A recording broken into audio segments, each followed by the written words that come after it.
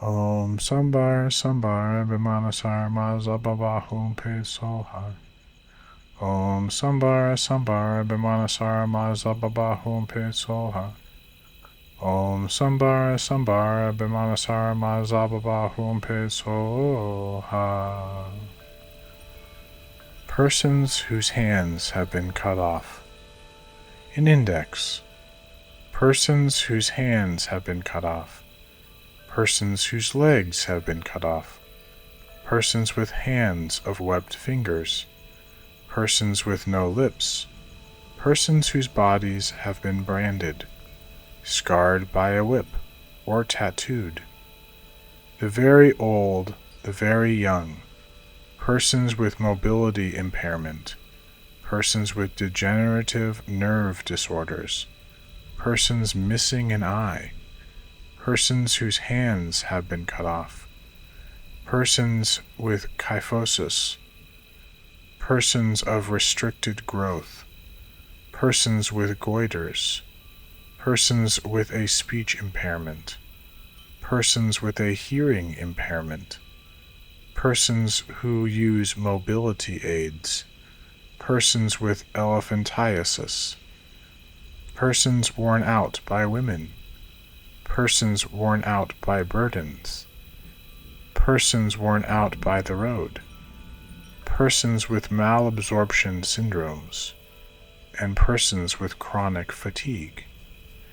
The great seer forbade people such as this, knowing all the perfectly awakened one, whose name denotes truth, proclaimed that going forth is for the beautiful, and ordination for the pure.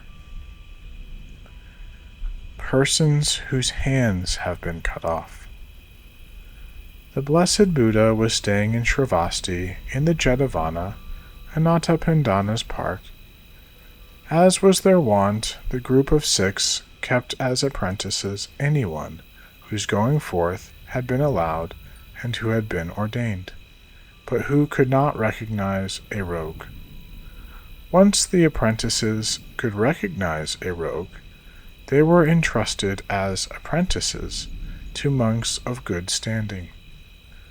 On the advice of the teacher, they would on occasion simply look in on their apprentices.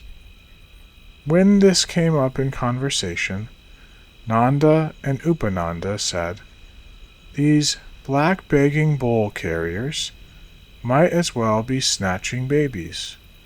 Everyone we allow to go forth, they up and snatch away.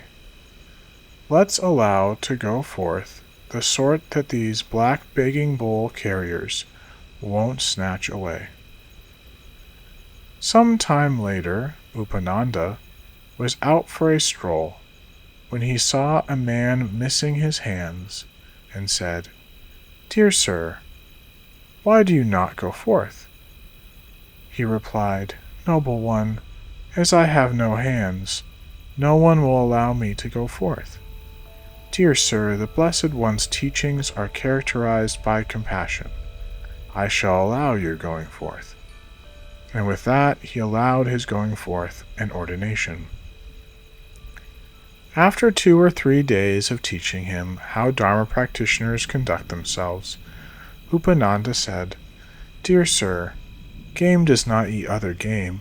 The whole of Shravasti is your field and fatherland, so seek out alms and live on them." "Preceptor, how am I to go begging alms?" "Do you not know even that much? I will show you."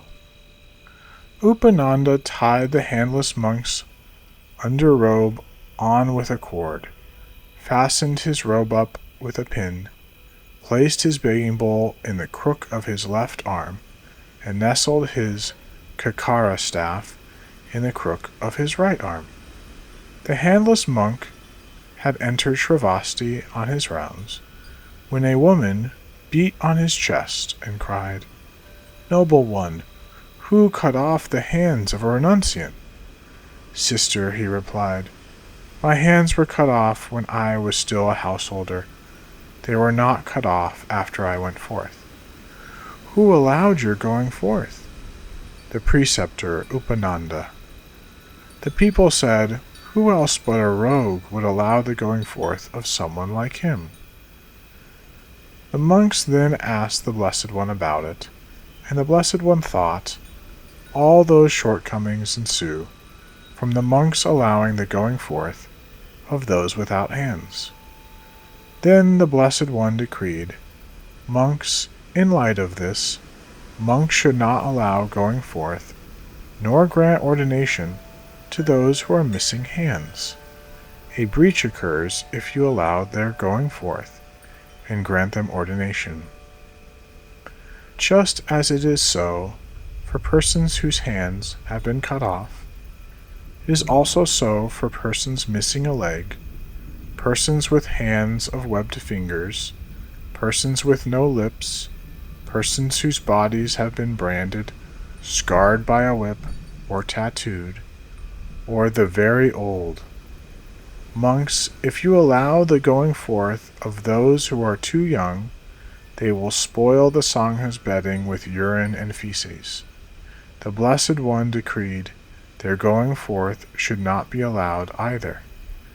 The going forth of persons with mobility impairments is also being allowed," the Blessed One said. "Neither should their going forth be allowed. The going forth of loose women, persons missing an eye, persons whose hands have been cut off, persons with kyphosis, persons of restricted growth, persons with goiters, persons who are speech impaired, persons who are hearing impaired, persons who use mobility aids, and persons with elephantiasis are also being allowed," the Blessed One said. "People such as they should not be allowed to go forth. If you allow them to go forth, a breach occurs. Monks, the going forth of those worn out by women, those worn out by burdens, those worn out by the road, persons with malabsorption syndromes, and persons with chronic fatigue are also being allowed," the Blessed One said. "The going forth of such people should not be allowed. If you allow their going forth, a breach occurs.